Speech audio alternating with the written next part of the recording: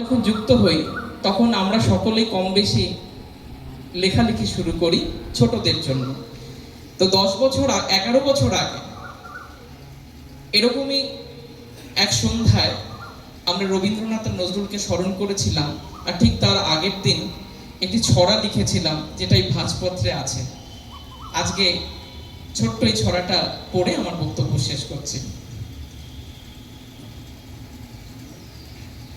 ছড়ার নাম নিষ্ফল সঞ্চয়। একই বৃন্তে দুটি কুসুম, রবীন্দ্র ও নজরুল, চুরুলিয়ার জোড়াসাঁকো, বঙ্গদেশের জোড়া ফুল। বঙ্গদেশের ভঙ্গদশা, মাঝখানেতে কাটা তার, রবীন্দ্র আর নজরুলেই সীমান্ত পারাপার। সীমান্ত ভাই কাকে বলিস? ওটা কলঙ্ক রেখা, সঞ্চিতা আর সঞ্চয়িতায় কিছুই হলো না শেখা। ধন্যবাদ।